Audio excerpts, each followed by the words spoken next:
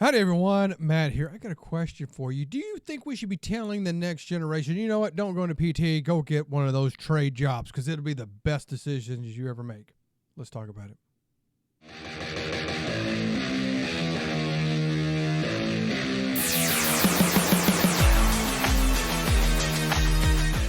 All right, everyone, let me introduce myself. My name is Matt. I am Matt the PT, coming at you with another video on another topic of something in the physical therapy world. And this one is, should we be telling that younger generation, go get you a trade job? You don't have to pay for college. You can just get out and start making a lot of money. Or are we missing out on telling them the actual truth about all of that? Now, this comes from, like I said, I've been seeing that come up online. People making posts and videos about it, and they just throw that out there. And I would categorize this under that 10-second solution.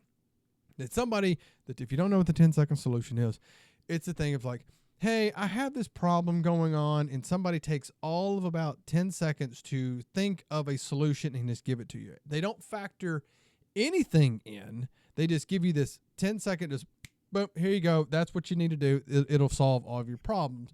When they're like, no, and very often you may say, well, no, that won't work because of these stuff, and then they just call you lazy.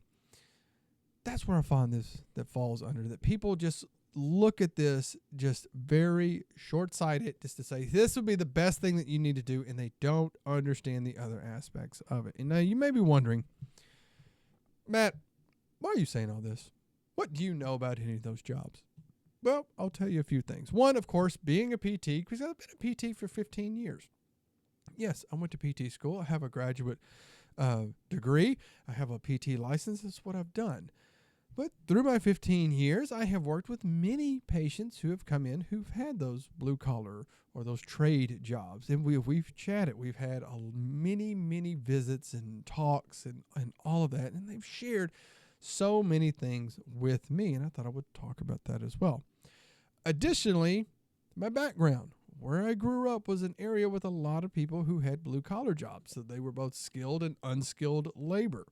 My friends, their family members, their parents, my parents worked in factories or as an electrician.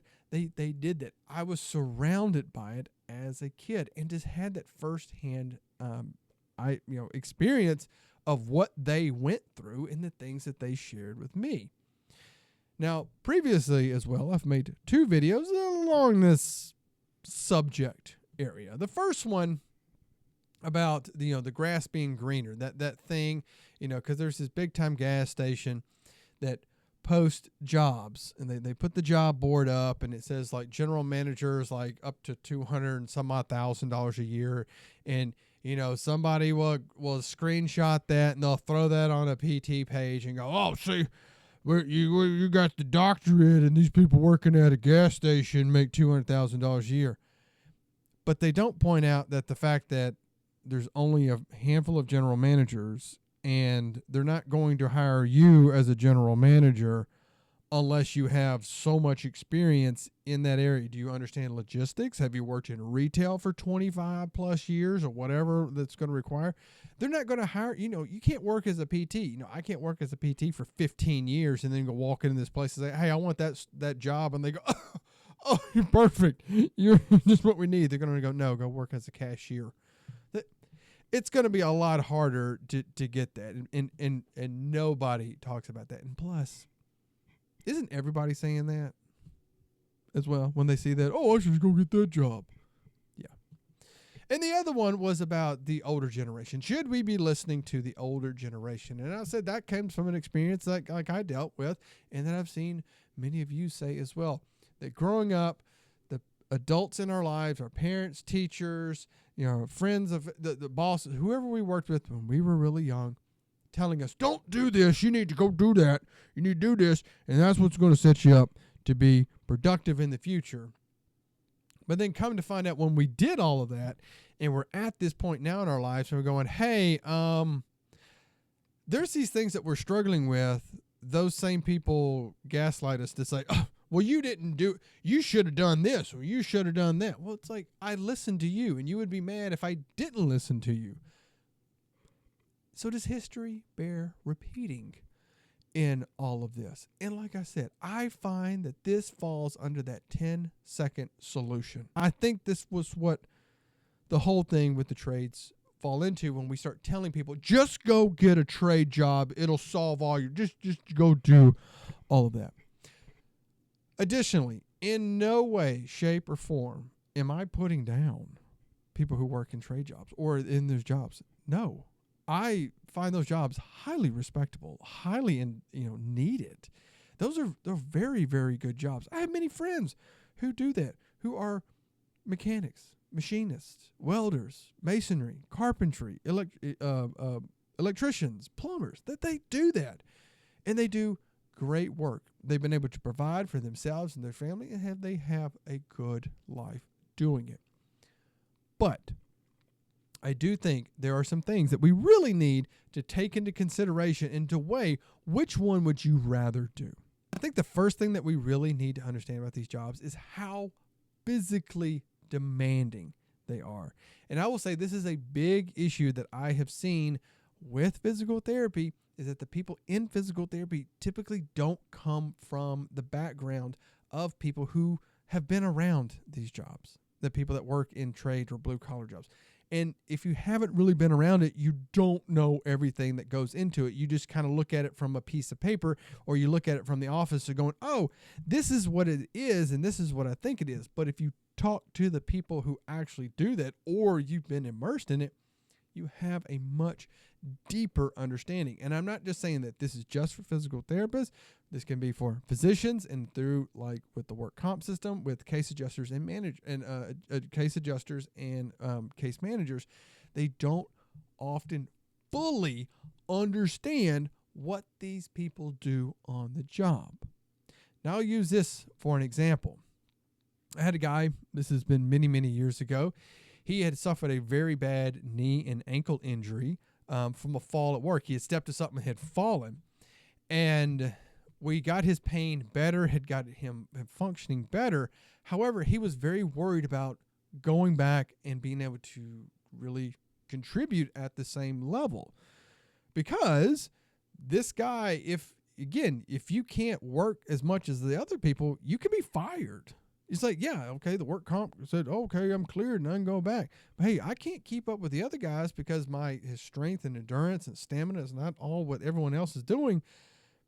They could just easily just lay him off. And again, this guy's probably making a little bit more money. He's been there for a while. Hey, we can just lay him off, hire a new person, and then they'll be going. There's no reason why we need to train him.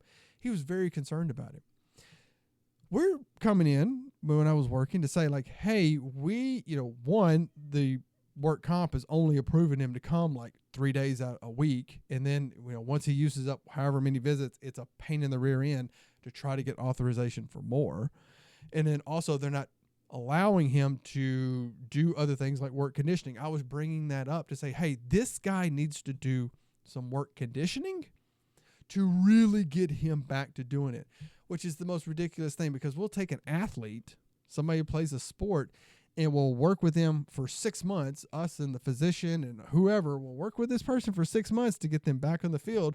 But somebody who has a job, whose family depends upon him, we won't give them the same thing. And I was saying, he really needs to do this to get him used to being up on his feet, carrying stuff, get his stamina, get everything up. And they wouldn't do it. And this guy was so worried about going to that. And that's something we need to understand, that when you work these jobs, you're on your feet, not just, 8 hours a day. It can be 10, 12 hours a day, 5, 6 days a week, sometimes 7. Yeah, you could be doing a whole lot. And this is also, again, a funny thing that I see people doing, that they'll ridicule people that when they're out there working, they're like, look at them. You got one guy working and 4 other guys standing around. If you've ever talked to somebody who works some of these jobs, they're like, you cannot go 100% day in and day out. You will kill yourself doing it. You will burn yourself out there every single day, just going as hard as you can. They're like, you have to pace yourself. You can't do that. So yeah, you may have the other guys that are standing around because they're taking a break on it. I've also seen things where, some of those guys are the safety person, making sure like, hey, while you're working, I'm standing. That happens a lot with like trench work. Like I've heard that people say, like, you got one guy down in the hole digging and you got 3 other guys standing around. Well, have you ever dug a hole? It's pretty hard. That guy down there working, this guy is taking a break. This guy is the safety person in case there's a collapse or something that happens. He can get assistance or help. There's a lot that goes into that. So yes, it is very physically demanding, and that puts a strain on your body. That's something that's been very big in many of the patients that I've worked with over the years, that they will say as they get into their 40s, their 50s, their 60s, they're complaining so much about, oh man, my back is killing me, my knees are hurting me so bad. Like they just feel like they are physically falling apart, and they just like wish that their job wasn't so demanding. And it's a hard thing for them. It is hard. They will tell you it is so hard on your body. And with that being said, goes to the next thing. It can be dangerous work too. It is. You're out there working. The risk of injury is a lot higher. Because again, you're working around, with whatever on whatever job sites or whatnot.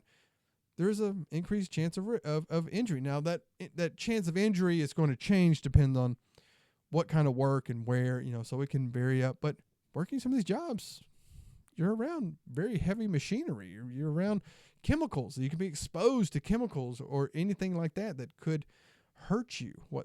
Could hurt you. So yeah, there's a lot that you have to be at. These can be dangerous things. And even if you are doing all the right things, you can be around other people who aren't doing the best things. You may have somebody operating a machine that's operating on 3 hours of sleep, or could be on some sort of substance. Some accident happens, you could be unintentional victim, or suffer because of something else that goes on. I have seen many of those patients, and I know you've probably seen those patients as well. Some of the worst injuries I've ever seen from patients came from these jobs. And that leads to the other thing. What happens if somebody gets severely hurt? If you get severely hurt on these jobs, what else are you going to do? Are you going to have the ability to do anything else? Now, I'm going to use these examples. I had a gentleman once that he was working construction. He fell 40 feet down and shattered his shoulder, and he broke his wrist really bad. And he had to have his shoulder replaced. He had rods placed through his wrist to stabilize it. And he came into us through a workers' compensation injury, and he wanted to go back to work so bad. Now, other issues that we had. If you've worked with workers' comp patients in situations like this, these were 2 separate things. That's what they classified that. This is one case, this is another case, because he was seeing 2 different physicians over it. And it was a headache to deal with it, because they're not going to approve anything on his wrist until some point to somebody sitting in an office wasn't going to do anything for however long, and this guy can't really use his wrist or his shoulder. How long before we can get authorization to get him? It was such a headache. The physicians also had so many restrictions on him because of the severity of the injury that he couldn't move his arm for so long. And when he finally was able to start with rehab, he worked his tail off, and the only thing he got was right there. And again, with with a hand, you've probably seen that. You don't get a lot of extra motion and stuff in your hand. They move pretty particularly. He wanted to go back to work. Oh, and this was his dominant hand. He didn't speak very much English at all. He was the only person in his house who was work. His wife didn't. They had a young child. He wanted to go back to work because that's all he's got. Can you tell this guy, oh, just go find another job? I've had physicians that doing that to patients. I had a HVAC guy that he's done that for 30 years and had knee issues and had to have surgery. And the physician told him, oh, you probably can't do that anymore. Just go find something else.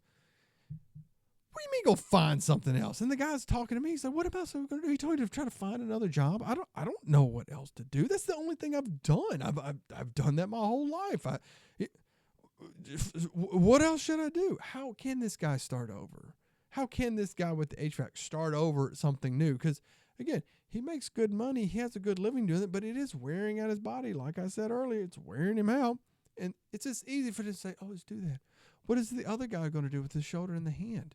Is anywhere going to possibly hire somebody who can't move his arm very well? And I feel so bad for this guy. And I actually think about him quite often, that I hope things turn out, because unfortunately, like, again, like, they just cut him off of everything and there's no way to find out about him. But it's like, what are these guys, what else can they do? Now flip this to, I know a physician who was in a very bad car accident. He's a paraplegic. Again, it was harder for him to go on to disability because he still can see patients in a more limited role, but he worked at a primary care office. That's what he was doing. He's working at a primary care office. He's able to see people there. He's not doing surgery. He couldn't do surgery, but I can do simple things. He can do utilization review. He could teach. He could work admin. He has a lot of other options and other things that he can do. And that's something I tell people, like with my degree. I said, if you go into physical therapy, you could almost guarantee that you'll have a job, because we're all getting older. We're all getting hurt. So, that's, before I got married, my father-in-law asked me, how are you going to provide for my daughter? And I said, well, as a PT, I could, if I just up and moved across the country, I could walk into a hospital and say, hey, I have a physical therapy license. Do you have a job available? May not find something that may not be in the setting I want. It may not be the hours that I really want, but I could find something that paid decently well because of just the license that I have. And I've known people to do this. Said, hey, I can find something that does pay me more than just, again, getting another retail job or just something like that. It is a way that you can always ensure that you do have something to fall back on. Whereas if you unfortunately have that, that's all you got. That's the unfortunate thing. Now you may be saying, oh, some other stuff about me or whatever. I'm also not afraid to go work a trade job at all. And, I'm not afraid to go work construction or do those things. So don't come at me about all that stuff. I'm just saying.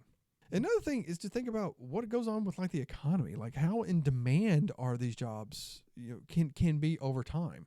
And that's something I've talked with them. They said, yeah, when things are really good in the economy, things are booming and there's a lot of building going on.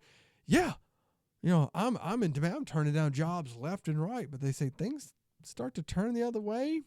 And they said, I'm stretching a job out a little bit till I can secure the next one, because I don't know. They're not just lined up. I'm not 6 jobs deep. I may only have this one. I don't know where the next one's going to come, and I'm not going to make any money until that next one comes along. And that's something that they get very, very worried about. So, and automation as well. So, we talk about that in PT. AI is coming. It's going to replace all of us or whatever. Automation can come for those type of jobs too, because companies are looking at, can we do them faster? Can we do them cheaper? Can we try to save on any of this stuff? So, yeah, there's all sorts of innovation and things that are coming around. That could be a really big thing that, thing to kind of worry about. The last thing we'll talk about, I think we really need to be about this, and I think this is where the pendulum is swinging, is if we start pushing everybody, and that's what everyone's coming out to say, oh, go in the trade jobs, go in these jobs, and everyone starts going into that in the next few years, it's going to saturate the market. And this happens with things over time. I know for one example about 14, 15 years ago, I remember everybody was wanting to go into pharmacy. Pharmacy, oh, good gracious. I met so many people who want to go into pharmacy. I'm going to go be a pharmacist. I'm going to be a pharmacist. Now I'm hearing about places that are like, man, they're not paying pharmacists anything. They're not really doing it. They're struggling to find them because they're not paying them anything. So could this same thing happen where, again, you start pushing people and all these people go into it? The first ones make all the money, but then it saturates the market. And when you're a plumber or electrician and there's a ton of them around, it bottoms out that market. And I think that's what really happened many years ago, that there were more people working those blue collar jobs. Like I said, I'm in my 40s, way back when, that were pushing people into these type of jobs, like the white collar jobs, and then the other ones kind of dropped. Well, that's where the demand is, and so it's going to pick back up. So we're looking at a possible swing where more people go into that, and then all of a sudden we're saying, no. We got to have more people back over to here into this other one, and it's just going to keep swinging this pendulum back and forth on these. Is that something that really, really could happen as well. And I think we really need to be aware of that before we start just saying, oh, just go and do that. What's going to happen? There you go, everyone. There's some things about telling everyone, just go into the trades. That I don't think it's that simple. I don't think it's just as simple as just saying, that's a better thing, just go do that, and then you just walk off. Because people don't look into it. They don't look at the negative aspects of it. They don't look at those things that are like, am I really wanting that? Is it going to be too hard? What is the long-term outlook on that? Is that something I want to do for my entire life? Because there are these other things that go on. Whereas if I go into this and I see, hey, there is that long-term thing, it could be better. Like I legitimately, just before I shot this, saw somebody complaining about pickleball instructors making more money than PTs right now. But also the point is, how long do you think that's going to last? And people are pretty short-sighted to say like, yeah, pickleball instructors are making a lot, but how long before that market gets saturated? How long before it falls off? How long before it just, whatever? Again, some of those things are getting brought up. Are we just we're just leading people down the wrong path on it? Where again, they could come back and say, no, I wish I'd never done that. And does that pendulum swing? Does it just keep swinging back and forth through the years? We just need to keep fighting the good fight that we have here with physical therapy, trying to make it as good as we can to help people to do those things. So if you enjoyed the video, hit that thumbs up button. Consider subscribing to the channel. It doesn't cost you a copay. And of course, let me know your beliefs, thoughts, opinions, and all that down in the comments below. And like always, take care of yourself. Take care of your patients. I'll see you next time.